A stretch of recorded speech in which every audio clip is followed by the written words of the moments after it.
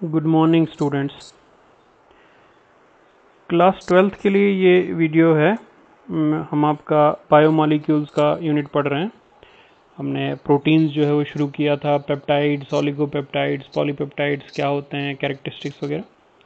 Now structure of proteins. Proteins में हम क्या पढ़ेंगे आज? Structure of proteins. पता है हमें, अभी बहुत सारे वीडियोस में हमने देखा, इससे पहले 3-4 वीडियोस हम पढ़ चुके हैं प्रोटीन्स के बारे में कि ये amino acids, mostly alpha amino acids के पॉलीमर्स होते हैं। बहुत सारे अमाइनो एसिड्स जुड़ के क्या बनाते हैं आपका? Peptide, polypeptide, peptones and proteins वगैरह बनाते हैं। Proteins are biopolymers obtained by condensation of large number of alpha amino acids joined together through peptide bonds having three-dimensional structure. तो प्रोटीन्स क्या हैं? बायोपॉलीमर्स हैं जो condensation of large number of amino acids, condensation से बने। आपको पता था, हमने पढ़ा है पॉलीमर्स में कि कंडेंसेशन पॉलीमर्स क्या होते हैं कि दो अमाइनो एसिड्स बाय कंडेंसेशन जो पॉलीमराइजेशन जुड़ते हैं और बीच में CONH बॉन्ड बनाते हैं, जिसको आप पेप्टाइड बॉन्ड बोलते हैं। और ये जो पेप्टाइड बॉन्ड है इसकी कॉन्फ़िगरेशन 3 डायमेंशनल होती है, 3 डायमेंशन में ये होता है। The structures of the proteins are quite complex. Structure जो है वो क्वाइट कम्प्लेक्स है, कम्प्लेक्स स्ट्रक्चर होता है प्रोटीन का। Their complete structures are usually discuss 4 levels: primary structure, secondary, tertiary and quaternary structure. अब प्रोटीन का स्ट्रक्चर हम सीधा एक स्ट्रक्चर नहीं बना दें कि कुछ ऐसा ऐसा प्रोटीन होता है, बट उसके हम अलग अलग लेवल्स पे उसका स्ट्रक्चर पढ़ते हैं, 4 लेवल्स पे: primary, secondary, tertiary and quaternary, each level being more complex than the previous one. Primary structure थोड़ा सिंपल होता है, उससे थोड़ा सा कम्प्लेक्स आपका secondary structure, then tertiary, then quaternary structure. Primary structure देखते हैं, प्राइमरी स्ट्रक्चर क्या है? The specific sequence in which the various alpha amino acids present in a protein are linked to one another is called its primary structure. कहता है primary structure क्या होता है? Sequence of alpha amino acids. Alpha amino acid जुड़ते हैं तो आपका protein बनता है। तो इनका सीक्वेंस क्या है? पहले कौन आ रहा है, फिर कौन आ रहा है? ये जो एग्जैक्टली सीक्वेंस होता है इसको आप बोलते हैं primary structure. The sequence in which the various alpha amino acids present in a protein are linked to one another.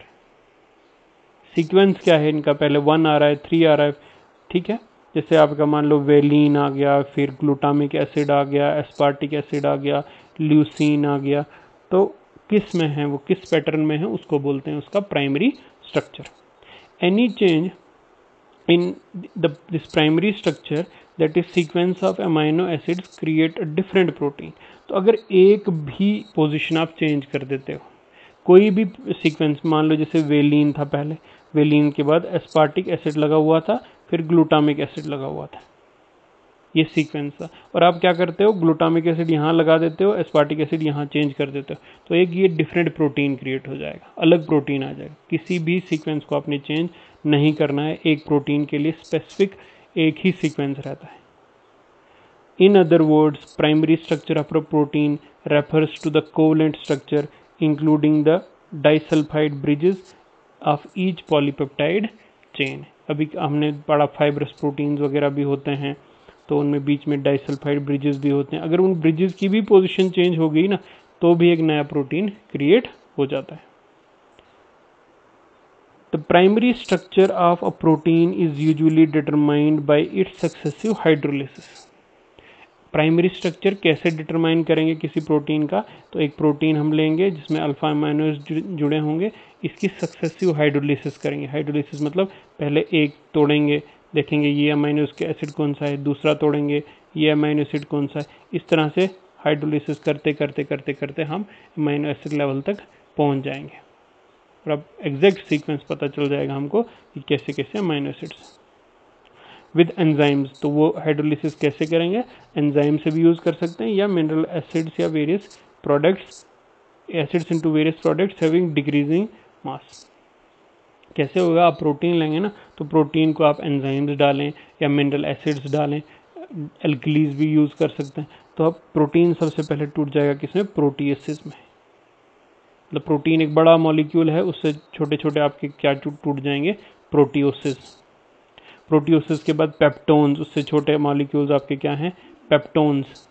Peptones के बाद आपके आगे पॉलीपेप्टाइड्स, पॉलीपेप्टाइड्स के बाद सिंपल पेप्टाइड्स, और लास्ट पे आपके बन गए आप अल्फा अमाइनो एसिड्स। तो ये अलग अलग स्टेजेस हैं उसकी हाइड्रोलिसिस की। सबसे बड़ा आ गया आपका प्रोटीन, प्रोटीन्स टूटने के बाद आपके बना देते हैं क्या, प्रोटियोसिस। प्रोटियोसिस से आप टूट के बना देते हैं आपके पेप्टोन्स, ठीक है। पेप्टोन से आपके आगे पॉलीपेप्टाइड्स, और पॉलीपेप्टाइड्स के बाद सिंपल पेप्टाइड्स, और सिंपल पेप्टाइड्स के बाद single amino acids, alpha amino acids. तो ये 6 स्टेजेस हैं, 1 2 3 4 5 6 स्टेजेस हैं इसकी हाइड्रोलिसिस की, प्रोटीन की हाइड्रोलिसिस, और लास्ट में हमें मिल जाएंगे alpha amino acids. However, primary structure of a protein, that is insulin, was determined by British chemist Frederick Sanger। ये नाम आप याद रखेंगे, फ्रेडरिक सेंगर। सेंगर ने इसका निकाला था आपका प्राइमरी स्ट्रक्चर, मेनली इंसुलिन का। फर्स्ट जो निकाला है protein, primary structure of protein by Frederick Sanger, insulin. For his work he was awarded Nobel prize in 1958। Since then, the primary structures of hundreds of different proteins have been determined। और उसके बाद बहुत सारे proteins का structure निकाला गया है, primary structure. The different chemical and biological properties of various proteins are primarily due to the difference in their primary structure। जैसे कि मैंने बताया कि प्राइमरी स्ट्रक्चर क्या होता है, sequence of alpha amino acids. तो इस प्रोटीन की प्रॉपर्टी किस पे डिपेंड करेगी कि ये सीक्वेंस क्या है, किस सीक्वेंस में ये लगे हुए हैं, अमाइनो एसिड्स किस सीक्वेंस में लगे हुए हैं। A protein containing 100 amino acids is very small protein. बोल रहा है कि अगर एक प्रोटीन है जिसमें कितने लगे हैं, 100 अमाइनो एसिड्स लगे हुए हैं, वो प्रोटीन जो कैटेगरी है उसमें एक सबसे छोटा तो नहीं, एक छोटा प्रोटीन जो है कंसिडर किया जाता है। मतलब 100 अमाइनो एसिड्स कुछ नहीं होते, बहुत लंबे लंबे प्रोटीन भी होते हैं। तो 100 अमाइनो एसिड्स हम लेट करते हैं, मान लेते हैं, तो एक छोटा प्रोटीन है। मगर उस छोटे प्रोटीन में भी जो आप मेनली हमारे पास कितने टाइप्स के अमाइनो एसिड्स हैं, 20, टोटल 26 हैं। मोस्टली जो हर प्रोटीन में होते हैं वो 20, यही 20 बाद अब हम बोल रहे हैं 100 अमाइनो एसिड्स हैं। तो इसका मतलब नहीं कि वो 100 टाइप्स के हैं, इसका मतलब यही 20 जो है ना वो बार बार रिपीट हो रहे हैं, तो टोटल मिला के 100 अमाइनो एसिड्स हैं। और उनका सीक्वेंस है, पर्टिकुलर जो सीक्वेंस है उसको आप प्राइमरी स्ट्रक्चर कहेंगे। Yet 20 different amino acids can be combined at one time in 20 into 100 different ways। इतने तरीकों से, इतने पॉसिबल तरीके हैं, 20 raised to power 100 इतने पॉसिबल वेज हैं जिससे वो सीक्वेंस अपना चेंज कर सकते हैं, अपना अलग सीक्वेंस बन सकता है। एक भी अगर अमाइनो एसिड चेंज हुआ अपनी पोजीशन पे तो एक नया प्रोटीन बना देगा, और जिसकी नई प्रॉपर्टीज होंगी, अलग कैरेक्टरिस्टिक्स होंगे। To give an equal number of proteins each having its own characteristic properties. तो हर एक प्राइमरी स्ट्रक्चर में उसकी अपनी कैरेक्टरिस्टिक प्रॉपर्टी होगी। The importance of the primary structure of a protein in determining its biological activity is shown by the fact that replacement of just one amino acid in the sequence of a protein destroys its biological activity। कहता है कि मान लो कोई protein है, कोई जो काम है, कोई बायोलॉजिकल एक्टिविटी है उसकी, और अगर उसमें एक भी सीक्वेंस आप चेंज कर देते हो अमाइनो एसिड का, तो वो बायोलॉजिकल एक्टिविटी उसकी ख़त्म हो जाएगी। For example, replacement of one specific amino acid, जैसे एग्जांपल है ग्लूटामिक एसिड बाय वेलिन। मतलब एक प्रोटीन है, उसमें कहीं किसी जगह पे क्या लगा हुआ है, ग्लूटामिक एसिड, और उस ग्लूटामिक एसिड को हटा के आपने लगा दिया वेलिन। क्या लगा दिया, वेलिन। तो इससे क्या हो जाएगा, इन हेमोग्लोबिन, ये जो आपका जिस प्रोटीन की बात हो रही है वो हेमोग्लोबिन में प्रोटीन है। The protein of the blood results in defective hemoglobin which cause a disease called sickle cell anemia। अगर वो अपनी जगह पे ग्लूटामिक एसिड ही लगा होता तो ठीक था, वो प्रोटीन हेमोग्लोबिन अच्छा था, अपना काम कर रहा था ऑक्सीजन की ट्रांसपोर्ट का।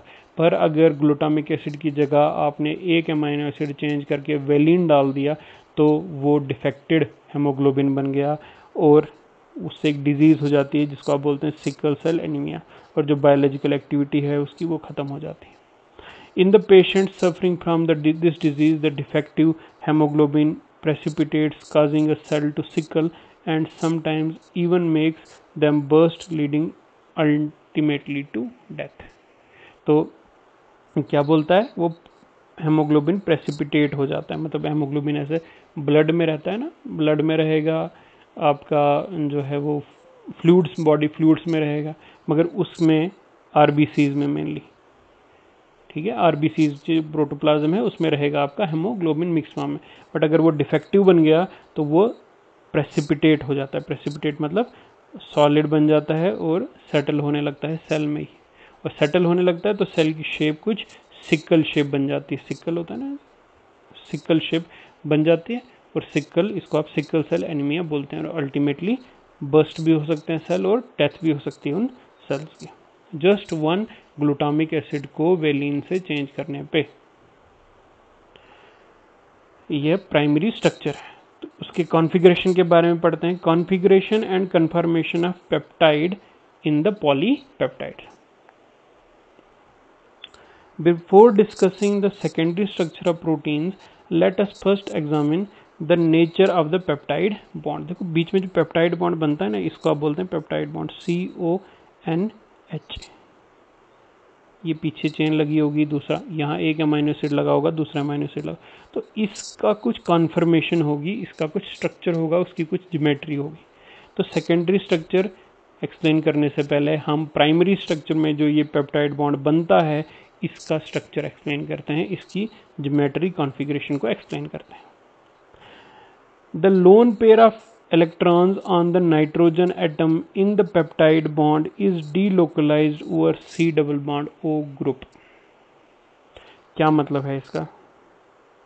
देखो, नाइट्रोजन पे लोन पेयर ऑफ इलेक्ट्रॉन होता है,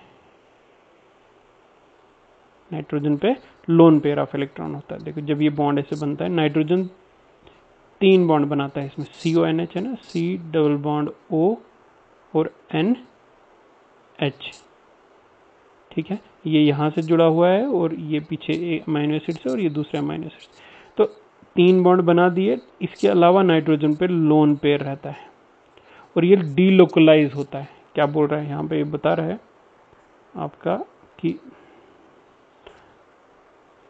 the lone pair of electron on the nitrogen atom in the peptide bond is delocalized over C double bond O।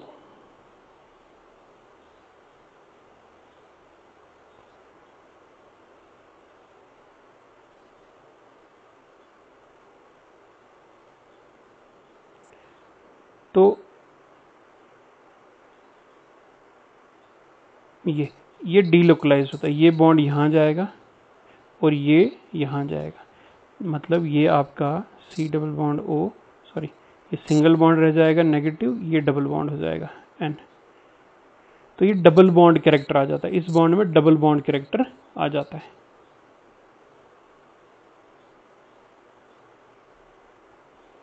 As a result, the carbon-nitrogen bond acquires some double bond character. In other words, the rotation about C-N bond is hindered, and as a result of this hindered rotation, the peptide bond can show geometrical isomerism। क्या कहने का मतलब है कि ये वाला जो bond है आपका C और N, देखो यहाँ जो लोन पेयर है ये आपका इधर आ गया इसके बीच में, तो ये CN बॉन्ड क्या हो गया, डबल बॉन्ड, और ये जो डबल था ये ऊपर चला गया तो O नेगेटिव बन गया, ये हो गया सिंगल बॉन्ड, तो डबल बॉन्ड कैरेक्टर आ जाता है, C और N बॉन्ड का एक डबल बॉन्ड कैरेक्टर आ जाता है। तो जहाँ भी कहीं डबल बॉन्ड कैरेक्टर आता है ना, तो वहाँ पे ज्योमेट्रिकल आइसोमर्स बनते हैं, सिस और ट्रांस, ज्योमेट्रिकल आइसोमर्स बनते हैं सिस और ट्रांस। और दूसरा, रोटेशन पॉसिबल नहीं होती है इस बॉन्ड पे। रोटेशन मतलब इस बॉन्ड को आप ऐसे घुमा नहीं सकते। अगर सिंगल बॉन्ड लगा होता ना CN, तो इसके साथ जो ग्रुप्स लगे हैं उनको आप रोटेट कर सकते थे, इस बॉन्ड को रोटेट कर सकते थे, C और N, इस बॉन्ड को आप रोटेट कर सकते थे, नाइट्रोजन को पकड़ के ऐसे रोटेट करवा सकते थे क्योंकि सिंगल बॉन्ड है। बट जब डबल बॉन्ड इसमें आ जाता है तो रोटेशन हिंडर्ड हो जाती है। तो दो चीज़ें हो जाती हैं डबल बॉन्ड से, एक तो ज्योमेट्रिकल आइसोमर्स बनते हैं और दूसरा रोटेशन हिंडर्ड हो जाती है, रुक जाती है। Further, because of much larger steric repulsion between R dash and R double dash groups in the cis isomer, the trans isomer is more stable. अब डबल बॉन्ड आ गया तो सिस और ट्रांस आइसोमर्स बने। सिस और ट्रांस आइसोमर्स बनने पे क्या होता है, देखो ये ट्रांस है, ये सिस है। क्या मतलब है इसका, सिस और ट्रांस, ये CONH बॉन्ड है, ये यहाँ से आगे एक अमाइनो एसिड है, यहाँ से आगे दूसरा अल्फा अमाइनो एसिड है। अब इन पे अपने अपने ग्रुप लगे हैं, जैसे इसमें आर मान लेते हैं, यहाँ पे लगा हुआ है R dash R double dash, अपने अपने अलग अलग ग्रुप हैं। तो ये इसी पोजीशन पे रहना प्रेफर करते हैं कि R ऊपर रहे, R डबल डैश नीचे रहे। क्यों? क्योंकि ये बड़े ग्रुप होते हैं, एंटी कन्फर्मेशन में या ट्रांस कन्फर्मेशन में रहना पसंद करते हैं। अगर ये सिस में रहेंगे, दोनों एक तरफ रहेंगे, तो इनके बीच में क्या होगी, रिपल्शन होगी, स्टेरिक हिंड्रेंस होगी। ये भी बड़ा ग्रुप है, ये भी बड़ा ग्रुप है, इनके बीच में क्या होगी, स्टेरिक हिंड्रेंस होगी, स्टेरिक, ये फिट नहीं हो पाएंगे इधर। तो ये अनस्टेबल हो जाती है, ये वाली जो आपकी स्टेट है, तो ये आपकी स्टेबल हो जाती है। ट्रांस में ये रहना ज़्यादा पसंद करते हैं। यही आपका ये बता रहा है यहाँ पे कि further because of much larger steric repulsion between R dash and R double dash groups in the cis isomer, the trans isomer is more stable. Thus, the atoms forming the peptide bond CONH lie in a plane with O and H atoms in the trans orientation. तो हमेशा जब भी COONH bond बनता है तो हमेशा O और H, ये O और ये H हमेशा किस पोजीशन में होते हैं, ट्रांस, अपोजिट होते हैं, एक साथ नहीं होंगे, एक ही तरफ नहीं होंगे, अपोजिट होंगे। In the light of above discussion, it is obvious that free rotation of a peptide chain can occur only around the bonds joining the nearly planar amide group to the alpha carbon। तो कह रहा है कि free rotation कहाँ possible होगी, जहाँ पे सिर्फ सिंगल बॉन्ड होगा। सिंगल बॉन्ड होगा मतलब आपका ये वाला, ये इस बॉन्ड पे रोटेशन पॉसिबल है या इस पे पॉसिबल है, इस पे नहीं है क्योंकि ये डबल बॉन्ड कैरेक्टर आ जाता है। तो रोटेशन या तो इस पे पॉसिबल है या तो रोटेशन इस पे पॉसिबल है। It is therefore possible to describe the conformation of the protein molecule on the polypeptide chain in terms of angle phi between R dash CHNH। तो दो तरह के एंगल हैं यहाँ पे, ये देखो यहाँ पे लिखा हुआ है फाई, बिटवीन R डैश को R डैश मानते हैं, R डैश CHNH, ये वाला जो एंगल है ये, इसको आप बोलते हैं फाई। और ये वाला जो एंगल है R डैश C और CO के बीच में, ये, इसको आप बोलेंगे यहाँ पे लिखा हुआ है साई। फाई और साई दो एंगल है, ठीक है, ये हो गया फाई और ये हो गया Sai. And the angle between R dash CH और CO, R डैश CH, ये R डैश CH, ये H एंड CO, ये वाला एंगल, इसको आप बोलेंगे फाई। यही एंगल चेंज होंगे। These angles are called Ramachandran angles after the name of the Indian biophysicist G.N.A. Ramachandran. तो ये जो दो एंगल्स हैं, इन्हीं दो एंगल पे कन्फर्मेशन किसकी, प्रोटीन्स की डिपेंड करती है, पेप्टाइड्स की डिपेंड करती है।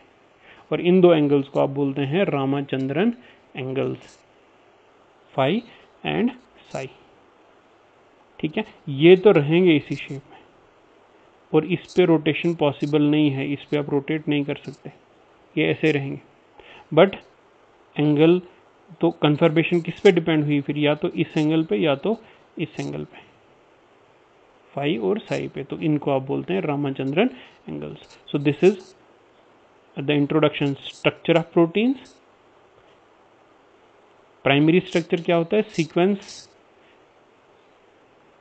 फ्रेडरिक सेंगर ने सबसे पहले एक्सप्लेन किया इंसुलिन का, और एक एग्जांपल आप हेमोग्लोबिन और सिकल सेल एनीमिया की दे सकते हैं, ग्लूटामिक एसिड को अगर हम वेलिन से चेंज कर दें। सेकेंडरी स्ट्रक्चर एक्सप्लेन करने से पहले कन्फर्मेशन को एक्सप्लेन करेंगे। तो कन्फर्मेशन में क्या होता है, सी और एन के बीच का बॉन्ड डीलोकलाइज होता है, तो सी और एन में डबल बॉन्ड कैरेक्टर आ जाता है, रोटेशन पॉसिबल नहीं है, ज्योमेट्रिकल आइसोमर्स बन जाते हैं, cis and trans. Sis unstable है, ट्रांस ज़्यादा स्टेबल है, तो पूरा स्ट्रक्चर जो है O और H जो है हमेशा ट्रांस फॉर्म में रहेंगे। और कन्फर्मेशन पेप्टाइड की डिपेंड करेगी फाई और साई पे, जिनको आप रामाचंद्रन एंगल्स भी बोलते हैं। So this is all about in this video. Next हम कंटिन्यू करेंगे आपका secondary, tertiary, quaternary structure next videos में।